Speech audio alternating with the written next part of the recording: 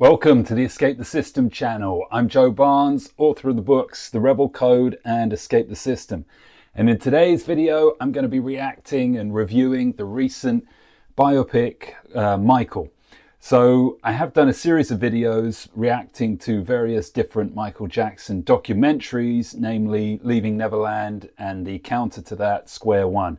The whole purpose of that, considering my channel is the Escape the System channel, is to look at the way the media can shape and portray a person which is not necessarily true, and then convince millions and millions, if not billions of people that their narrative is correct, despite there being a lot of evidence to the contrary that that might not be the case. So I saw it last night, which I think was the opening night for the film. First thing I got to say though is the screen was empty. I think there was me, my girlfriend, maybe 10 other people in the entire screen. And they put it in the biggest screen in the cinema because they were obviously anticipating that it was going to get quite a big audience for the film. But the screen was absolutely empty. And a bit more on that later, because I think that has a bit to do with the critics' response to this movie and the early reviews.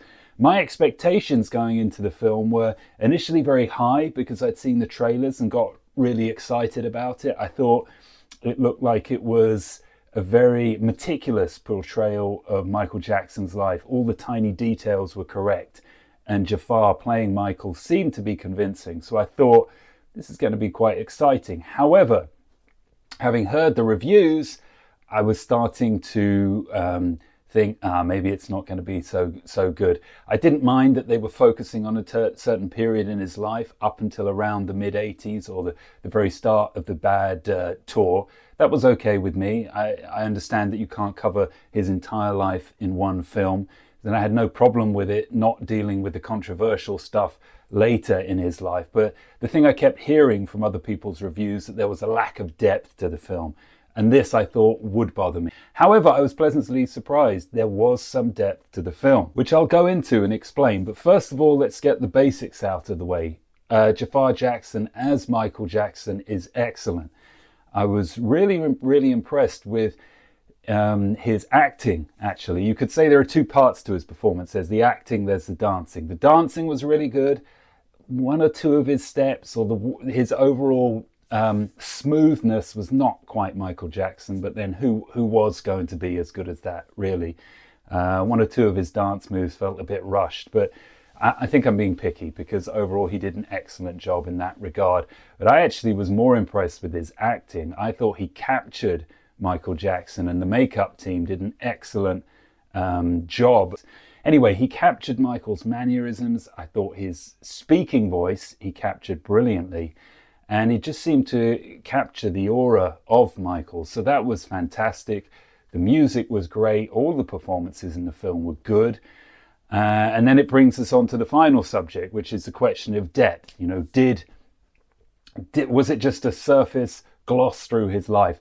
Partly. One or two of the sections were a bit rushed. The transitions, you know, from Off the Wall to Thriller, happened a bit quickly. And the main thrust and theme throughout the story is sort of Michael's emancipation, basically, from his dad. That's the narrative running throughout. It's him breaking away and becoming his own man, which seems to be a pretty truthful account of what happened and is quite an interesting dramatic study as well. But onto that question of depth, because a lot of the critics are saying, how can you watch this movie? Because it just glosses his life and doesn't really deal with maybe some of the deeper turmoils that were going on inside him. I think that's only partially true. I think the film makes a very good portrayal of his loneliness, of his isolation as well, of this growing up as somebody who is completely unique in the sense that their life is completely unique, doesn't really go to a normal school. Their life is on stage since 5 years old and is famous since 10 or 11 years old.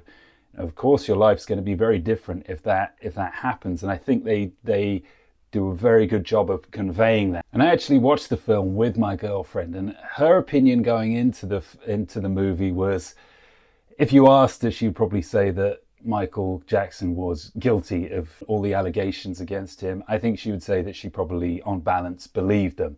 Not like me, who on balance probably thinks they didn't happen. So she was going into the movie with that bias.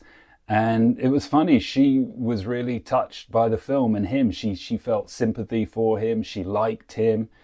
And there is a warmth about him that Jaafar Jackson conveys. So it's interesting that from her perspective, somebody going in really only because I wanted to watch the film, actually really liked the film and actually connected with the character of Michael Jackson. And I think this has caused a lot of problems for a lot of people, and that's what we're going to go into now. So now it's time to deal with the critics' response. But what critics obviously has really got them riled up is the fact that there isn't anything in the film about the allegations. Well, first off, the film ends pretty much properly after the Thriller era, so 1984, 1985. You see a glimpse of him doing the Bad concert in 88, but that's just more of a performance to finish the whole movie off. So none of the allegations occurred until 1993. So what did they expect, really? And the other thing I just recently watched a movie review by Mark Kermode. He's probably one of the top reviewers in the UK, has been movie reviewing for years, decades and decades and decades. And he keeps talking. What he hated so much was the Messiah complex, that they were trying to portray Michael Jackson as a Messiah. And I don't think they were trying to do that. But they did show a lot of the good work he did, as in for the Victory Tour after Thriller, he donated all of his earnings to the victims of burns, because in the movie they cover the burn to his scalp after the accident filming a Pepsi commercial. So, what did they want the film to do? To lie about Michael Jackson? That he didn't do all of these things? That he didn't help these people? That he didn't obviously care? And this wasn't some front. This wasn't some masquerade, as you could probably say was the case with Jimmy Savile, who was working at children's hospitals to get access to children. Nobody's ever accused Michael of molesting these kids in hospitals or doing anything but helping them out a lot. So why can't the movie portray that? Why can't it show his connection to children? But for critics, no, this isn't good enough because it's showing Michael Jackson in a good light. And we can't do that because we've all fallen for these allegations and what the media tells us and brainwashed us to believe. So no, it's not possible that Michael Jackson could have a good side. He wanted to help people. He viewed that as his mission. Music was his mission to bring the world together. Why not show it in the movie? So all these critics lambasting the film for doing that, I think they're completely missing the point. And I also think, as I mentioned at the start of this review, obviously the cinema was empty. The critics have sabotaged this film. The media, as it always does with Michael Jackson, is desperately trying to sabotage his legacy. And I think if the response I saw last night is anything to go by, they've been successful, which is a real shame because it is a good film. And I'm not just saying this is a Michael Jackson film. I think Michael Jackson fan. I think it's genuinely entertaining. The music is brilliant. It's uplifting. You've got a fascinating character who's very different, but fascinating nonetheless. And you feel a warmth and goodness inside of him, which is nice to see. So for all these reasons, I'd say definitely go and watch it. Don't let the media put you off going to see what is a very good film. I would give it a 4 out of 5, which is a good rating on my list. 4 out of 5 movies and movies I would watch again. I'd definitely watch this again. It was entertaining. And I said my only criticism, it could have had a little bit more depth. It could have gone into some of his struggles a little bit more than it did. But aside from that, it was really good. Now, where does it rank among my list of biopic films? I really like biopics. And I would put it side to side with Bohemian Rhapsody, with the Elton John film. I think it's better than the Elvis film. I prefer it to Bohemian Rhapsody and the Elton film because obviously I'm more of a fan of Michael Jackson. However, I'd say there's one biopic that stands above those films and a level above that, and that's the Ray Charles biopic with Jamie Foxx playing Ray Charles. That is an excellent film, and I don't think this Michael Jackson film is quite as good as that, but it's still worth watching. Oh, one last thing before I go. Not based on the film, but based on something else. So, as I mentioned earlier, the media always feeling the need to sabotage anything related to Michael Jackson. BBC released about 2 weeks ago a documentary on Michael Jackson, 3-part series. I'm not going to do a reaction video to it, but I'm just going to talk about the title of the series. It's called Michael Jackson, An American Tragedy.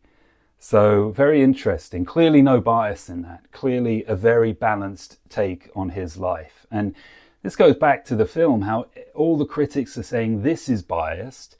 Well, okay, fair enough, but don't you think your coverage, every single bit of your coverage on the Michael Jackson topic is completely biased the other way? There's no attempt to tell the other side of the story whatsoever. So this accusation of bias is pot calling the kettle black. It really is. So then onto this documentary, which I haven't seen, but the title of the document, American Tragedy. Was Michael Jackson's life a tragedy? Yeah, sure, seemed to be a lot of sadness in his life. He potentially caused some harm to some children, ruined their lives? Maybe. I mean, the jury's out on that, really. He was found not guilty in the only trial he faced.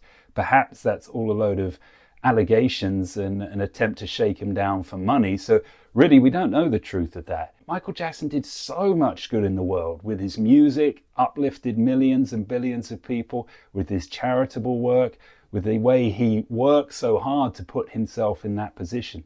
Is his life really a tragedy? Thanks again for watching. Subscribe for more videos. Comment below on your thoughts on the video, on the movie, and I'll see you in the next video.